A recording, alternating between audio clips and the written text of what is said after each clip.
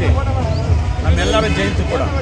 ಮತ್ತು 134ನೇ ಜಯಂತಿಯಲ್ಲಿ ಇವತ್ತು ಬಂಗಾರಪೇಟೆ ಸರ್ಕಲ್ ಏನಿದೆ, ಅಂಬೇಡ್ಕರ್ ಸ್ಟ್ಯಾಚು, ಅಂಬೇಡ್ಕರ್ ಪ್ರತಿಬಿಂಬ ದಿವಸ ನಾವೆಲ್ಲರೂ ಕೂಡ ಇವತ್ತು ಬುದ್ಧನ ಪ್ರಾರ್ಥನೆಯೊಂದಿಗೆ ಇವತ್ತು ಮೆರವಣಿಗೆ ಮತ್ತು ಎಲ್ಲದಕ್ಕೂ ಚಾಲನೆ ಕೂಡ ಇಲ್ಲಿಂದಲೇ ಶುರುವಾಗಿದೆ.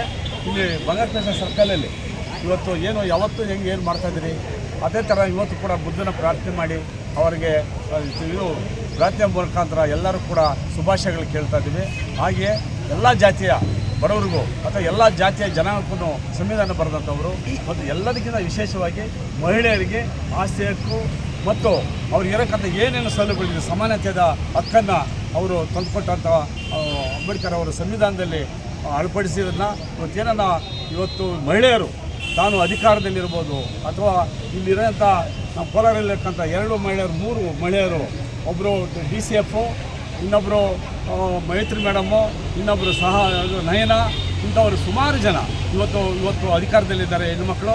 ಯಾಕೆಂದರೆ ಇದಕ್ಕೆಲ್ಲ ಕಾರಣ ಅಂಬೇಡ್ಕರ್ ಕೊಟ್ಟಂಥ ಇದು ಮಹಿಳೆಯರ ಆದ್ಯತೆ ಮತ್ತು ಸಂವಿಧಾನದಲ್ಲಿ ಅದನ್ನು ಸೀರಿಯಸ್ ಆಗಿ ಅಳವಡಿಸಿದ್ದಕ್ಕೆ ಎಲ್ಲರೂ ಕೂಡ ಇವತ್ತು ಸಮಾನತೆಯನ್ನು ಬಯಸೋದು. ಅದ್ರ ಜೊತೆಗೆ ಜಯಂತಿ ಕೂಡ ಎಲ್ಲ ಸರ್ವ ಜನಾಂಗಗಳು ಏನು ಇವತ್ತು ಎಲ್ಲ ಜಾತಿಯವರು ಇಲ್ಲ, ಸುಮಾರು ಎಲ್ಲ ಜಾತಿಯವರು ಎಲ್ಲ ಧರ್ಮಗಳಿಗೆ ಇವತ್ತು ಏನು ಕಿತ್ತಾಡಿದಿರ ಸಂವಿಧಾನ ನಮಗೆ ಅದು ಒಂದು ಸಂವಿಧಾನ ಇದು ಅಂಬೇಡ್ಕರ್ ಅವರ ಒಂದು ದೀಕ್ಷೆಯ ಪುಸ್ತಕ ಅದು. ಅದರಿಂದ ಆ ಸಂವಿಧಾನ ಅಡಿಯಲ್ಲಿ ನಾವೆಲ್ಲರೂ ಕೂಡ ಶಾಂತಿನ ಕಟ್ಟೋಣ, ದೇಶನ ಕಟ್ಟೋಣ, ಬುದ್ಧ ಭಾರತವನ್ನು ಕಟ್ಟೋಣ ಮತ್ತು ಪ್ರಬುದ್ಧ ಭಾರತವನ್ನು ಕಟ್ಟೋಣ.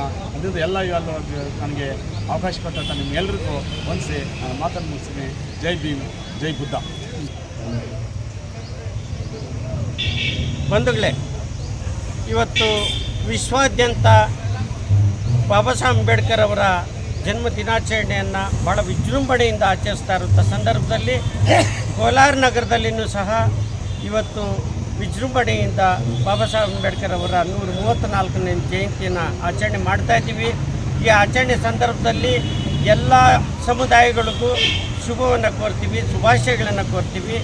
ಈ ಮೂಲಕ ಯಾಕೆ ಇವತ್ತು ಅಂತಂದಾಗ ನಿಜವಾದ ಸ್ವಾತಂತ್ರ್ಯ ಏನು 1947 ಬಂತು, ಆದರೆ 1956 ಜನವರಿ 26 ಸಂವಿಧಾನ ಏನು ಜಾರಿ ಬಂದಿದೆ, ಸಂವಿಧಾನ ಜಾರಿ ಬಂದಾಗ ಸಂವಿಧಾನದಲ್ಲಿ ಮೂಲ ಆಶಯಗಳು, ಇಚ್ಛಾಶಕ್ತಿ, ನಮ್ಮ ಹಕ್ಕು ಅಧಿಕಾರಗಳು ಏನಿದೆ ಅನ್ನೋದನ್ನು ಜನರು ಇನ್ನೂ ಅರ್ಥ ಮಾಡಿಕೊಳ್ಳದೆ ಬಾಬಾ ಸಾಹೇಬರಂಥ ಅದ್ಭುತವಾದಂಥ ಒಂದು ನಮಗೆ ಕಾನೂನು ಕೊಟ್ಟಂಥವರನ್ನು ನಾನಾ ರೀತಿಯಲ್ಲಿ ಅವರನ್ನು ಟೀಕೆ ಟಿಪ್ಪಣಿ ಮಾಡುವಂಥವರಿದ್ದಾರೆ. ಅವರೆಲ್ಲರಿಗೂ, ಅವರೆಲ್ಲ ಬದುಕಿಗೂ, ಅವರೆಲ್ಲ ಹಕ್ಕು ಅಧಿಕಾರಗಳಿಗೂ ಒಂದು ಸಾಮಾನ್ಯ ಕೂಲಿ ಮಾಡೋವಂಥ ಒಬ್ಬ ಸಾಮಾನ್ಯನಿಗಿದ್ದು ಅಲ್ಲಿಂದನೂ ರಾಷ್ಟ್ರಪತಿವರೆಗೂ ಒಂದೇ ಮತದ ಅಧಿಕಾರವನ್ನು ಕೊಟ್ಟು ಎಲ್ಲರೂ ಸುಖವಾಗಿ ಬದುಕಲಿಕ್ಕೆ ಮತ್ತು ಅವರು ಏನು ಆರಿಸಿ ಗಳಿಸಿರುವಂಥ ಒಬ್ಬ ನಾಯಕನಿಂದ ನಮ್ಮ ಸಂವಿಧಾನಬದ್ಧ ಹಕ್ಕುಗಳನ್ನು ಪಡೀಲಿಕ್ಕೆ, ಕೇಳಲಿಕ್ಕೆ ಸಮಗ್ರ ಶಕ್ತಿಯನ್ನು ಕೊಟ್ಟಂಥ ಬಾಬಾ ಸಾಹೇಬ್ ಅಂಬೇಡ್ಕರ್ ಅವರು ಜಯಂತಿ ಬಂದಿದೆ. ಇವತ್ತು ನಡೆಸ್ತಾ ಇದ್ದೀವಿ. ಇವತ್ತು ಒಂದು ವಿಶೇಷ ಏನು ಅಂತಂದರೆ ನಮ್ಮ ರಾಜ್ಯದಲ್ಲಿ ಯಾವುದೇ ಚುನಾವಣೆಗಳಿಲ್ಲ. ಮತ್ತು ಇದುವರೆಗೂ ಕೋವಿಡ್ ಅನ್ನೋದೊಂದು ಅಡ್ಡ ಇತ್ತು. ಕೋವಿಡ್ ಅಡ್ಡ ಇದ್ದಿದ್ದರಿಂದ ಅಂಬೇಡ್ಕರ್ ಸಾಹೇಬ್ರ ಜಯಂತಿಯನ್ನು ಅದ್ದೂರಿಯಾಗಿ ಮಾಡೋಕ್ಕಾಗಿರಲಿಲ್ಲ ಕೋಲಾರದಲ್ಲಿ, ಅಥವಾ ರಾಜ್ಯದಲ್ಲೂ ಆಗಿರಲಿಲ್ಲ, ರಾಷ್ಟ್ರದಲ್ಲೂ ಆಗಿರಲಿಲ್ಲ. ಅನಂತರ ರಾಜ್ಯದಲ್ಲಿ ಚುನಾವಣೆಗಳು ಅಡ್ಡ ಬರ್ತಾಯಿತ್ತು. 2-3 ವರ್ಷ ಅಡ್ಡ ಇರುತ್ತೆ ಏನು ಕೋಡ್ ಆಫ್ ಕಂಡಕ್ಟ್ ಅಂತ. ಆದರೆ ಇವತ್ತು ಯಾವುದೂ ಇಲ್ಲದೆ ಇರೋದ್ರಿಂದ ಇಡೀ ರಾಷ್ಟ್ರಾದ್ಯಂತ ಇಡೀ ಸಮುದಾಯಗಳು, ಒಂದೇ ಒಂದು ಸಮುದಾಯ ಅಲ್ಲ, ಹಿಂದೆ ಹೇಳ್ತಾ ಇದ್ರು ಬಾಬಾ ಸಾಹೇಬ್ ಅಂಬೇಡ್ಕರ್ ಅವರು ಬರೀ ದಲಿತ ಸಮುದಾಯಕ್ಕೆ ಅಂತ. ಇದು ಅವರಲ್ಲ. ಬಾಬಾ ಸಾಹೇಬರು ಎಲ್ಲ ಸಮುದಾಯಗಳು, ಇಡೀ ಭೂ ಸಂಪತ್ತು, ಪ್ರಾಣಿ ಸಂಪತ್ತು ಎಲ್ಲಕ್ಕೂ ಎಲ್ಲ ಬದುಕಲಿಕ್ಕೆ, ಎಲ್ಲ ಸುಖವಾಗಿ ಬದುಕಲಿಕ್ಕೆ ಇಲ್ಲಿ ಕಾನೂನು ಸಂವಿಧಾನಾತ್ಮಕವಾದಂಥ ಹಕ್ಕಧಿಕಾರಗಳು ಕೊಟ್ಟಿದೆ. ಅದರಿಂದ ನಾವೆಲ್ಲರೂ ಬಾಬಾ ಸಾಹೇಬರನ್ನು ತುಂಬ ಹೃದಯಪೂರ್ವಕವಾಗಿ ಅನ್ನ ಕೊಟ್ಟಿರುವಂಥ, ಜ್ಞಾನ ಕೊಟ್ಟಿರುವಂಥ, ಶಕ್ತಿ ಕೊಟ್ಟಿರೋಂಥ, ಆರ್ಥಿಕ ಬಲ ಕೊಟ್ಟಿರ್ತಕ್ಕಂಥ, ರಾಜಕೀಯ ಶಕ್ತಿ ಕೊಟ್ಟಿರ್ತಕ್ಕಂಥ, ನಮ್ಮ ಎಲ್ಲರಿಗೂ ಒಂದು ಶಕ್ತಿ ಬಂದಿರತಕ್ಕಂಥ ಬಾಬಾ ಸಾಹೇಬ್ ಅಂಬೇಡ್ಕರ್ ಅವ್ರಿಗೆ ಎಲ್ಲರಿಗೂ ನಮಿಸಲೇಬೇಕು. ಅವರ ಆಶೀರ್ವಾದ ನಮಗೆ ಶಾಶ್ವತವಾಗಿ ನಮ್ಮೆಲ್ಲರ ಮೇಲೆ ಜೈ ಭೀಮ್.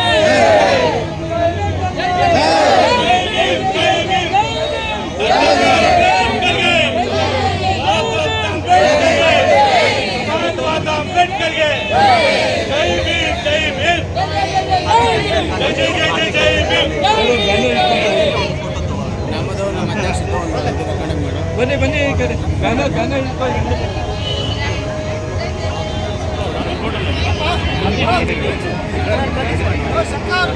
ಬನ್ನಿ ನೀವು ನೋಡು ಹಿಂದೆ ಕಾಣಿಸ್ತಾ ಇದೆ.